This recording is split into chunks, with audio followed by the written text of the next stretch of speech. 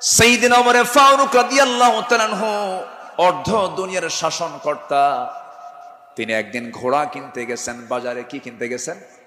ঘোড়া কিনতে গেছেন। আজকের বাজারে যেমন হোন্ডা কিনতে যায়, গাড়ি কিনতে যায়, আগের যুগে মানুষ কিনতে যেত কি? ঘোড়া।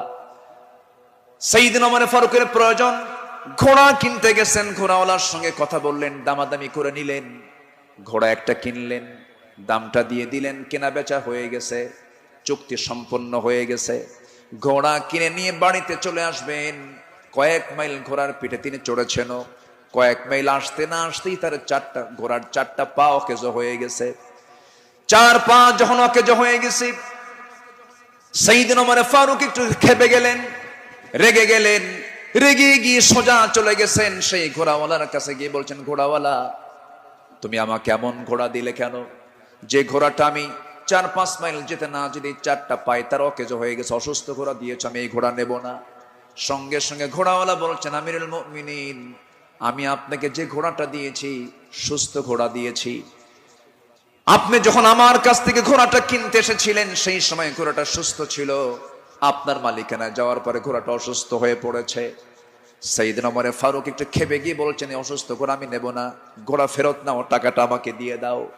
এবার ঘোড়াওয়ালা বলছে, আমিরুল মুমিনিন, আমি যত বলবো আপনি যত বলবেন কোনো ফায়সালা আসবে না। ঠিক আছে, আমার কথা এবং আপনার কথা দুটা নিয়ে আমরা চলুন, আমরা আদালতে যাই। কোথায় যাই? আদালতে চলে যাই। ইন্নাল্লাহা ইয়া'মুরু বিল আদল, আদালতের সম্মুখীন হয়ে যাই। সাইয়েদনা ওমর ফারুক রাদিয়াল্লাহু তাআলা আনহু তখন দুনিয়ার শাসনকর্তা। এই কথা শোনার সঙ্গে সঙ্গে তিনি তার সকল কথাকে তিনি অফ করে দিলেন, চোখ মেরে গিয়ে বলছেন, ঠিক আছে ঘোড়াওয়ালা, চলো আদালতে হাজির হই, চলো আদালতে ফায়সালা দিয়ে দেবে। চিন্তা করে দেখুন, অর্ধ দুনিয়ার শাসনকর্তা ওমর ফারুক সামান্য এক ঘোড়াওয়ালা মামলা দিচ্ছে, সেই মামলায় তিনি হাজির হচ্ছেন। চলে গেলেন আদালতে। আদালত চত্বরে গিয়ে যখন হাজির হলেন,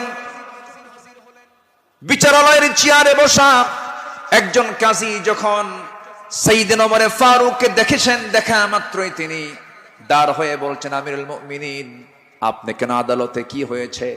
তিনি এবার বলছেন, বিচারপতি, আমি ঘোড়া কিনতে গেছি, ঘোড়া সে আমাকে অসুস্থ ঘোড়া দিয়েছে, আমি এই ঘোড়া নেব না, সেজন্য বিচার আদালত পর্যন্ত গড়িয়েছে, কি করা যায়?